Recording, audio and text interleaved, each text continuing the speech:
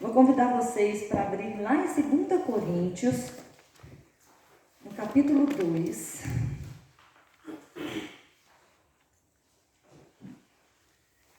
Segunda Coríntios 2, nós leremos de 14 até o 17.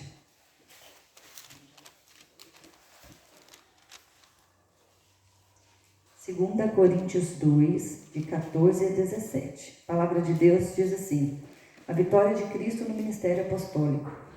Graças, porém, a Deus, que em Cristo sempre nos conduz em triunfo e por meio de nós manifesta em todo lugar a fragrância do seu conhecimento. Porque nós somos para com Deus o bom perfume de Cristo, tanto nos que são salvos como nos que se perdem. Para com estes, cheiro de morte para a morte, para com aqueles, aroma de vida para a vida. Quem, porém, é suficiente para estas coisas? Porque nós não estamos, como tantos outros, mercadejando a palavra de Deus. Antes, em Cristo, é que falamos na presença de Deus, com sinceridade e da parte do próprio Deus. Nós estamos saindo aí de um feriado, né? Um feriado nacional, que é o Carnaval, que é uma marcha, né? O Carnaval é uma marcha com muito brilho, muita música, muita dança, muita estripulia, muita folia, né? Se define o Carnaval como uma folia. E aquela marcha ali em veneração ao homem, aos corpos, às artes, né? Aquilo que o homem consegue fazer, todos aqueles carros alegóricos, as pessoas vão atrás e marchando, e cantando, e festejando, tudo isso. Mas já aqui, o apóstolo Paulo, ele vem nos trazer uma marcha diferente, que ele teve a sua autoridade como ministro do Evangelho questionada por Corinto, então, pela igreja de Corinto. Então ele vem e escreve essa segunda carta, mostrando quem ele é em Cristo, né? Quem também nós somos em Cristo, o que é esse Evangelho para nós. E ele vem e nos faz lembrar dessa marcha, que é uma marcha muito diferente. Essa marcha que o apóstolo Paulo está falando é uma marcha organizada, de trabalho árduo, uma marcha que não dura poucas horas, é uma marcha que vem de milhares e milhares de anos, né? É uma marcha em que já não se tem como foco enaltecer o homem, mas enaltecer a Deus, né? Que é quem triunfa e quem vem conduzindo o seu povo em triunfo. Então o apóstolo Paulo vem trazer para a gente um pouquinho sobre essa marcha de um Deus vitorioso trazendo o seu povo em triunfo. E ele, eu quero trazer aqui alguns pontos. O primeiro dele é que Deus nos conduz em triunfo, porque Ele manifesta a fragrância do seu conhecimento em todo lugar. Porque é isso que ele fala aqui no versículo 14. Graças, porém, a Deus, que em Cristo sempre nos conduz em triunfo, e por meio de nós manifesta em todo lugar a fragrância do seu conhecimento. A Bíblia nos deixa muito claro que Deus se manifesta a todo ser humano.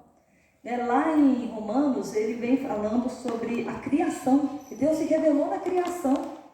Gente, não tem teoria louca no mundo, ciência no mundo, que vai nos fazer crer que nós somos fruto do acaso. De duas bolinhas que encontraram lá, explodiram e... Enfim, não tem teoria no mundo hoje que consiga nos fazer crer nisso. Porque a gente olha para a natureza e a gente vê que isso é fruto de uma inteligência sobrenatural, que isso é fruto de um design sobrenatural, de uma organização sobrenatural. Isso foi planejado, isso não tem como ser acaso. Nós não somos fruto de uma evolução, nós não somos fruto de um acaso. Então Deus fala que Ele Ele se manifestou a todo homem através da natureza. Mas Deus também se manifestou a todo homem quando Ele próprio se encarnou no meio da gente. Deus se manifestou a todos, se encarnando entre nós. No dia que Ele mandou o seu Filho Jesus encarnar aqui nessa terra, para vir aqui, experimentar um pouquinho dessa caminhada conosco e nos fazer lembrar sobre o reino dos céus, nos explicar um pouquinho sobre o que estava por vir.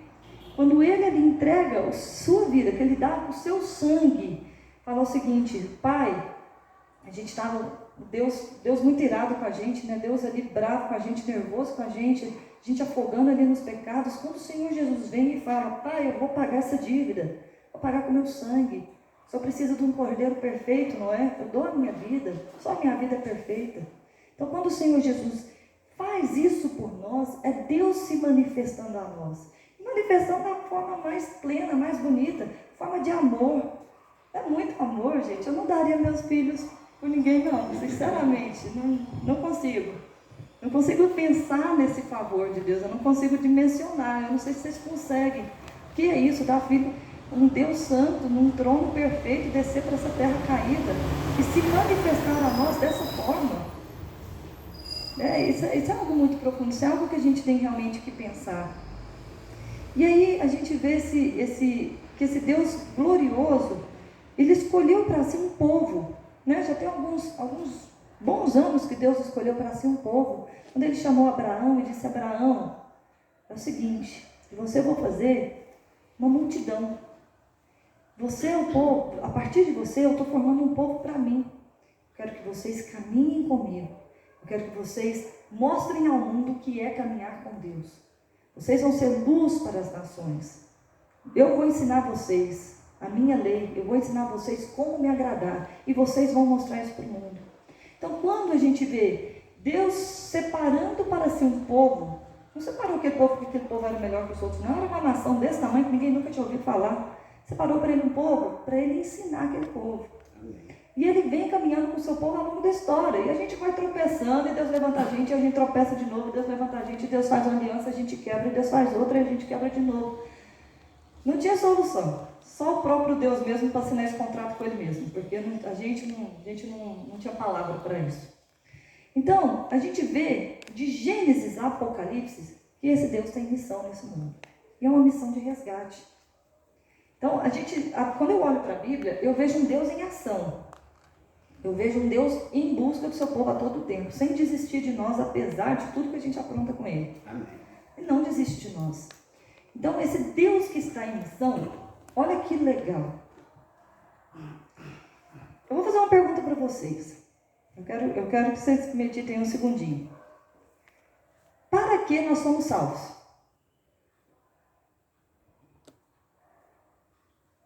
Para que nós somos salvos?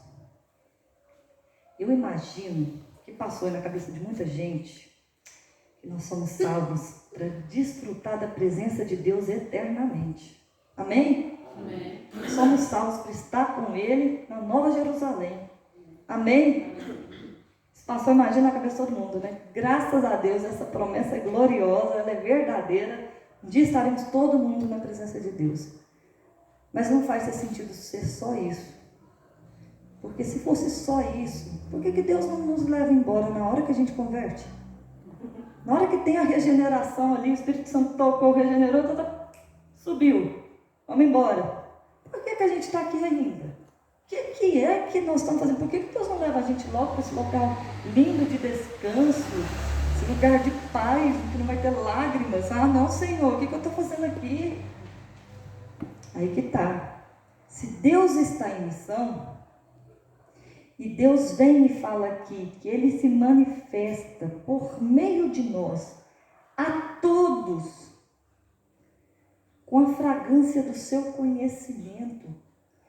E Ele nos chama mais abaixo de um perfume, olha aqui, no versículo 15, porque nós somos para com Deus o bom perfume de Cristo. Sabe o que Ele quer dizer? Que nós também estamos em missão com Deus. Deus não nos levou embora ainda, porque nós ainda não cumprimos a nossa parte na missão. A missão é de Deus. Nós somos colaboradores. E esse texto nos deixa muito claro que Deus está usando as nossas vidas para alcançar a todos. E de que forma? Como assim? Como é que isso acontece? É um cheiro, estou falando aqui da essência, da aroma.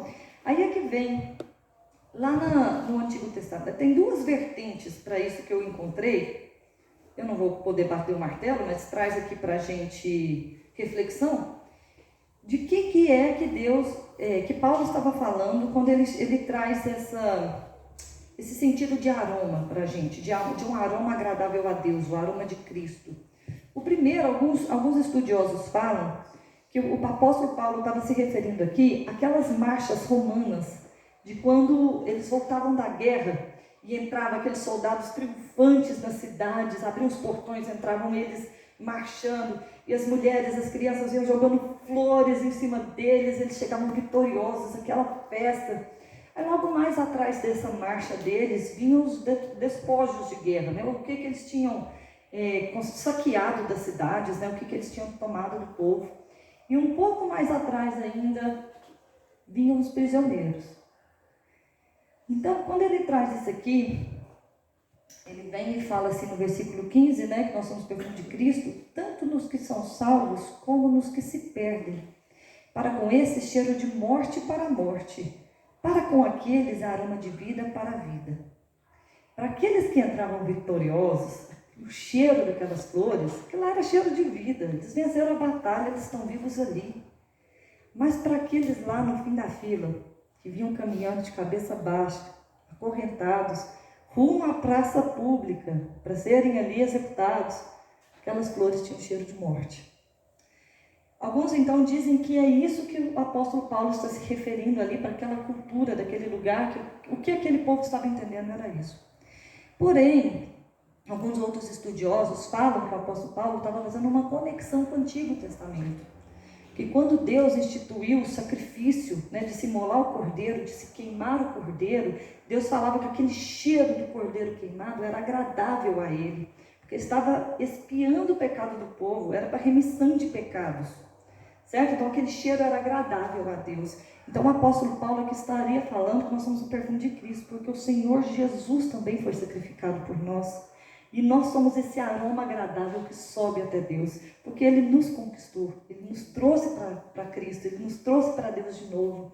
Então nós seríamos essa alegria, esse aroma, esse cheirinho gostoso para Deus de vitória, de conquista, apesar da morte de alguém, né, que foi o nosso Cordeiro perfeito. Então seja o que for, esta ou aquela teoria, o fato é que a Bíblia vem nos falando que essa nossa missão, ela é para a vida e ela é para a morte. A gente prega o Evangelho para a salvação e para a condenação, certo? Para aqueles que ouvem o Evangelho, que se arrependem dos seus pecados, que começam a caminhar com Deus, que se lançam aos pés de Jesus, esse aroma nosso, isso é perfume gostoso. E as palavras que saem da nossa boca é mel, né? Quando a gente fala do Evangelho. Mas para aqueles que ouvem o Evangelho, são reticentes, que são relutantes, né? Que são rebeldes contra a palavra de Deus, as nossas palavras são palavras de morte, são palavras de condenação, né? Porque eles estão ouvindo o Evangelho e eles não estão crendo na salvação, no sacrifício do Senhor Jesus. Então, a nossa missão aqui é exalar. E exalar o quê? O texto já nos falou, conhecimento de Deus. A nossa missão nesse mundo, que o Senhor espera de nós e nos mantém aqui até hoje, é porque nós temos que fazer o conhecido. Gente, se a gente conseguisse toda manhã levantar da cama e lembrar disso, por que eu estou levantando hoje? Para fazer Deus conhecido. Tenho certeza que as nossas vidas seriam muito diferentes. A gente teria mais intencionalidade para falar com as pessoas. Não é só crer. Não é só falar, vai lá na minha igreja. A igreja não salva ninguém. É bom demais estar aqui que a gente se fortalece. O Senhor Jesus deu a sua vida pelo seu povo e mandou a gente se reunir em igreja. Nós somos igreja de Cristo, reunida nesse lugar. Mas não é esse aqui que vai salvar. Sabe o que salva, gente? É quando aquele amigo põe a mão no seu ombro. Aquela pessoa está ali enlutada às vezes, passando por uma dificuldade, um problema no casamento, o filho mal criado, entrando para as drogas. Você vem e traz uma palavra de esperança, porque o Evangelho, são as boas novas. É para lá, para aquela pessoa que Deus se importa com o que está acontecendo, que Deus sabe o nome dele, sabe? Que Deus conhece toda a história e que Deus já mudou a vida de tanta gente e que Deus pode transformar a vida dele. E que Deus deixou um manual para a gente, para as coisas irem bem. Que a gente precisa ler esse manual que é a Bíblia. Que a gente precisa estar junto em fé. Que a gente precisa clamar pela misericórdia dele. Que a gente sozinho não vai resolver problema nenhum. Mas que tem um Deus muito maior que qualquer problema.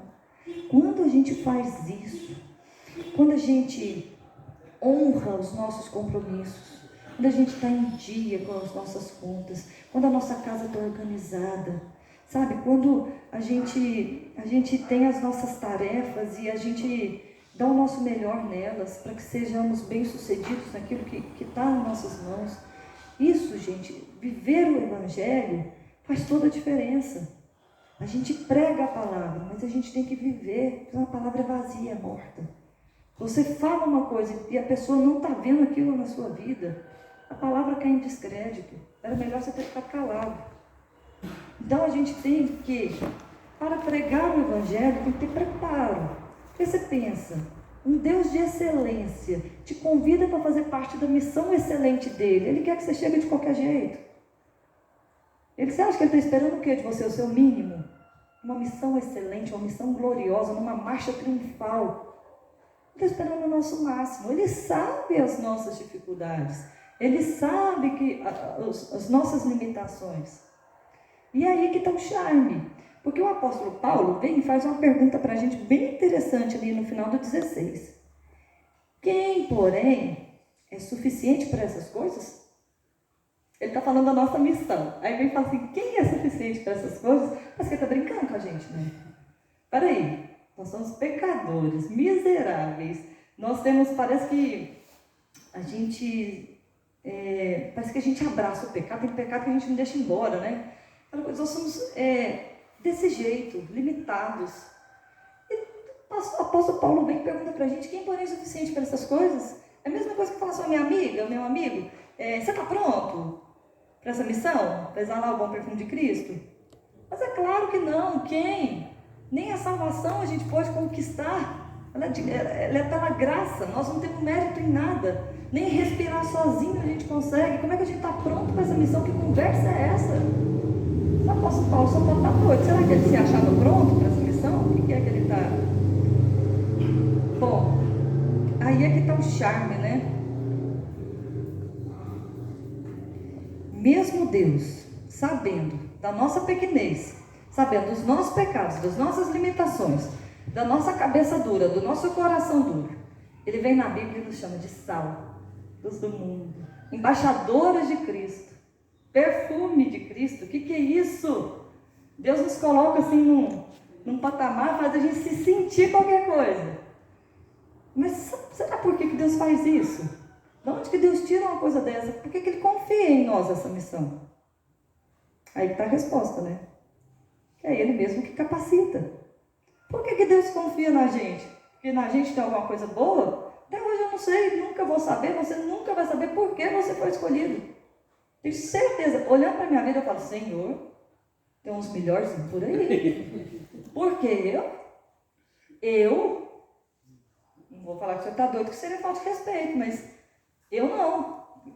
Porque nunca vamos saber. Mas o para quê está muito claro. É para marchar, gente. Não é para ficar parado ali, não. Deus está marchando, nós estamos juntos, está em movimento. Deus não fica quietinho na Bíblia, ficou 400 anos em silêncio. Mas Ele não estava quietinho. Ele estava agindo, nós também estamos agindo. Então, Ele vem e delega uma missão dessa, gloriosa, difícil, desafiadora para a gente, porque é Ele que capacita. Ele pegou, distribuiu entre a gente, nesse local aqui, nós temos vários dons e talentos diferentes, porque a missão, ela tem várias frentes, né? A gente não consegue se preparar para todas, Deus chama cada um para uma frente diferente, e Ele vem então e trabalha as nossas vidas. O que é o processo de santificação? O que é a nossa edificação? É Deus trabalhando a nossa vida, né? Por que nós somos escolhidos? Nós somos separados. Separados para quê? Para Deus? Para o trabalho de Deus, meu querido. Um dia estaremos lá com Deus, mas por enquanto aqui é trabalho. Somos separados para trabalhar para Deus nessa terra. E Ele vem então e nos une, nos dá o Espírito Santo. Porque todo o poder, toda a autoridade foi dada a Jesus. Ele deu sobre nós, pelo poder do Espírito Santo, para a gente pregar esse Evangelho, para a gente ter a ousadia necessária. A gente é difícil abrir a boca, não é? Você para ali, ó, você vai abastecer o carro, você para ali no posto de gasolina, você fala assim, eu vou evangelizar esse cara. O cara chega perto de você, fala, bom dia, coloca R$200 de gasolina aí, faz favor. Nossa, R$200 acho que nem cabe, né? Coloca uma gasolina, não sai, é difícil, né? Gente, nós temos que pedir unção desse Espírito Santo, nem de acordar todo dia e conversar com Deus, falar, Senhor, mais uma oportunidade que o Senhor está me dando hoje. Ontem eu não consegui, mas hoje vai, Senhor, me ajuda, Senhor. Dá uma preparada, dá uma decoradazinha ali no texto, memoriza os versículos bíblicos e vai, abra a boca. Tem um pensador, eu esqueci agora, que ele fala que o mundo está muito mais preparado para ouvir o Evangelho do que a gente para falar. E eu acho que ele está certo. O mundo está sedento, o mundo está assim, ó, fala minha filha, estou te ouvindo, e você está... Parecendo uma novela mexicana, né? Só dublando. E não sai nada. E o cara lá esperando, querendo ouvir, precisando daquela palavra. Nós temos que estar prontos para falar a palavra de Deus, nós temos que não encher. A boca não fala que o coração está cheio? Enche seu coração aí da palavra, eu quero ver se essa boca não fala. Não é verdade? Gente, todas as coisas cooperam para o bem daqueles que amam a Deus. Deus é o dono do querer e do realizar. O perfume é de Cristo, nós somos dele, a missão é dele. Só nos cabe obedecer, é só isso. Não tem que deixar a missão mais difícil. É pregar o Evangelho, viver o Evangelho. E, gente, aqueles que Deus te der, aqueles que Deus trouxer até você, caminha com eles. Não é só conversão, é edificação diária, é um caminhar, é fortalecer para que a gente seja mais na missão. Nosso grupo aumente, a gente possa enviar mais gente para os campos. A gente pode enviar mais gente para esse bairro, alcançar os nossos amigos. Vamos ter coragem, vamos ter intrepidez, vamos ter intencionalidade, intenção de fazer. Às vezes você fala assim, eu vou evangelizar. Aí você chega na pracinha, eu faço isso muito com meus filhos. Sento lá, deixo os meninos brincando, vai brincar com os filhos de outro, logo a outra vai me fazer alguma pergunta e a gente vai bater um papo. Tem dia que você sai de lá, você só bateu um papo. Ah, gente, mas não... Poxa, eu perdi a chance, né? Tem que deixar uma palavrinha ali. Às vezes não é o momento de você descascar o evangelho para a pessoa, mas palavrinha ali. Tem essa intenção, quando você olhar para a pessoa e fala, Senhor, não sei se é tua ou se não é, mas que eu possa dar uma palavra abençoadora na vida dessa pessoa. E tem os versículos de memória. Enche o coração que a boca fala. Bom, Deus nos conduz em triunfo, pregando o Evangelho da graça. Certo? Gente, é muito simples. Nós estamos falando aqui de marcha. Sabe como eu imagino? Vou pedir uma licença quase que poética aqui para falar o que eu imagino, tá, gente? Isso não está na Bíblia, isso está no meu coração. Do jeito que eu imagino essa marcha triunfal de Deus. Eu imagino o primeiro pelotão, nós, fardados ali, caminhando, tropeçando, caminha de novo, tropeçando, mas nós estamos indo, pregando, falando assim, ó, fulano, essa marcha aqui é do rei, o rei está chegando, ó, o rei vem aí atrás, presta atenção, ó, ele está chegando. Converta-se a ele, dobre todo o joelho. Ó, o rei está vindo, olha ali, ó, ele é o dono de tudo isso aqui, ó, ele que criou tudo isso aqui. E a gente vai pregando, vai falando. E tá, e logo atrás eu imagino uns anjozinhos ali, trocando umas trombetas. Pararam, pararam, pararam, pararam. E logo vem o Senhor majestoso, o dono de todas as coisas, esse que nos faz caminhar em vitória, entrando e passando, e todo olho verá, né? E todo o coração há de sentir ali aquela glória maravilhosa. E sabe o que eu fico pensando? Que ele está passando. Aqueles que ouvirem a nossa mensagem, que se renderem a ele, vão pegar uma cruz assim bem grande, colocar nas costas, começar essa caminhada com a gente. E vão andar com a gente, nós vamos apoiar uns aos outros até o dia final, porque a gente sabe onde a gente vai chegar. Tem um destino certinho.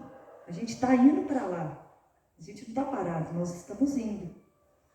Mas eu imagino também aqueles que vão ver aquilo lá e falam assim, Deus, nossa, que bobagem isso daí. Nossa, olha essa marcha. Oxe, vão rejeitar o Evangelho.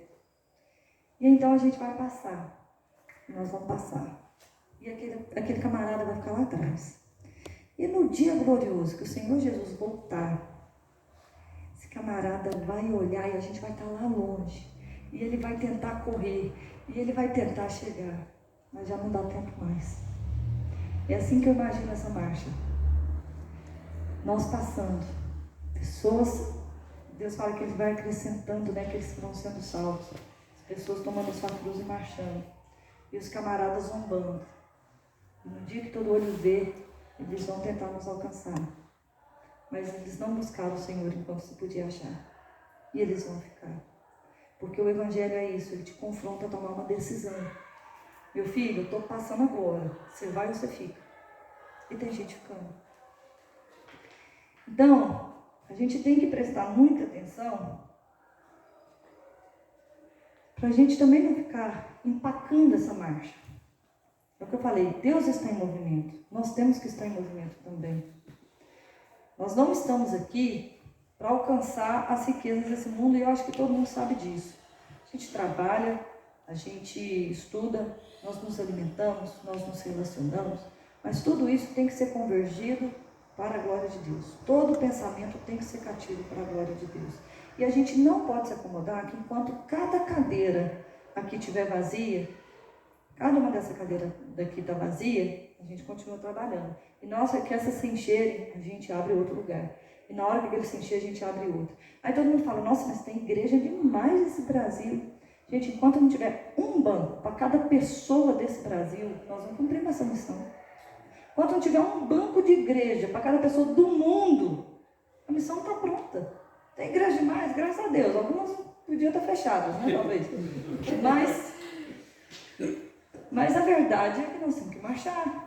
E nós estamos marchando. Olha que linda essa igreja começando. Então creia que o Senhor tem um propósito para a sua vida. Creia que é Ele quem vai fazer essa obra, que Ele vai te capacitar, mas que Ele exige de você esmero, que Ele exige de você excelência, que Ele exige de você o preparo, que Ele exige de você o caminhar diariamente com Ele, o caminhar com os outros, a sair de casa com intencionalidade. E que você está aqui porque Ele tem um plano. No dia que Ele não tiver mais plano, aí você vai morar com Ele. Fica ansioso não, fica ansioso para cumprir seu plano primeiro. Certo? E essa marcha nossa, nós vamos ensinar os outros a marchar, tá? Nós vamos ensinar aos outros o que é levar todo o conhecimento de Deus, tudo que o Senhor nos munir, porque aqui, essa igreja, graças a Deus, nós somos um pastor muito bom, muito bíblico.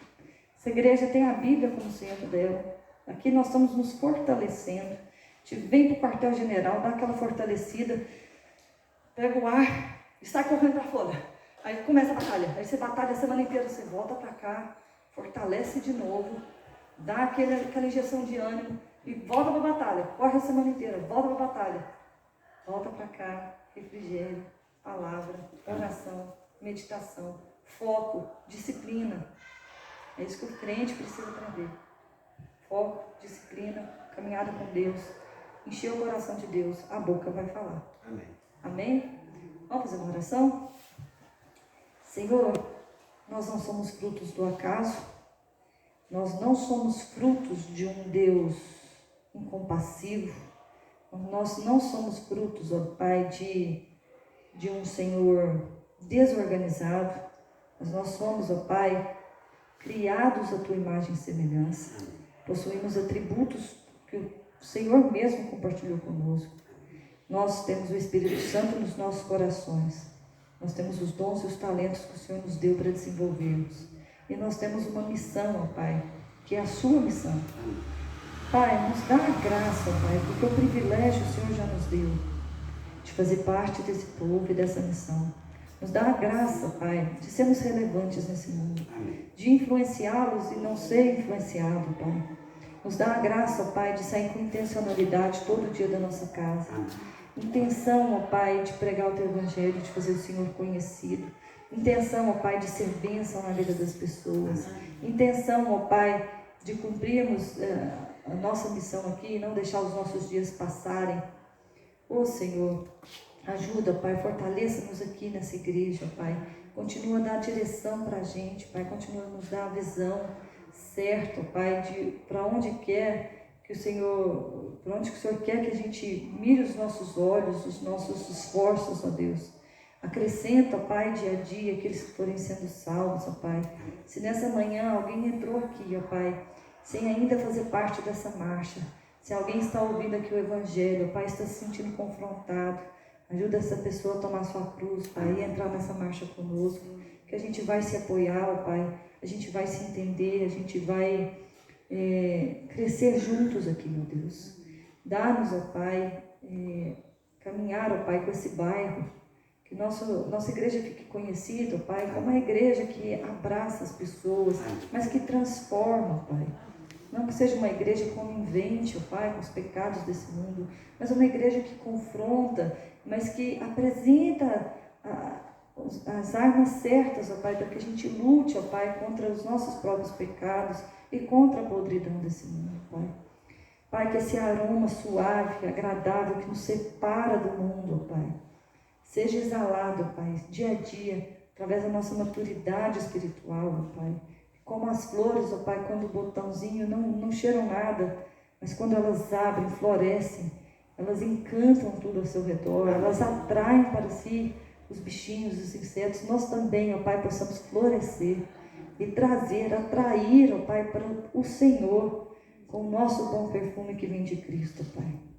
Que não seja o nosso perfume nesse mundo, mas que seja o perfume do nosso Senhor. E que nós sigamos, ó Pai, marchando, confiantes, triunfantes, ó Pai, porque a vitória nós já temos, ó Pai. Até o dia final, Senhor, em que nós estaremos juntos na Nova Jerusalém, morando juntos, ó Pai, desfrutando da Tua presença. No nome do Senhor Jesus nós te pedimos. Amém.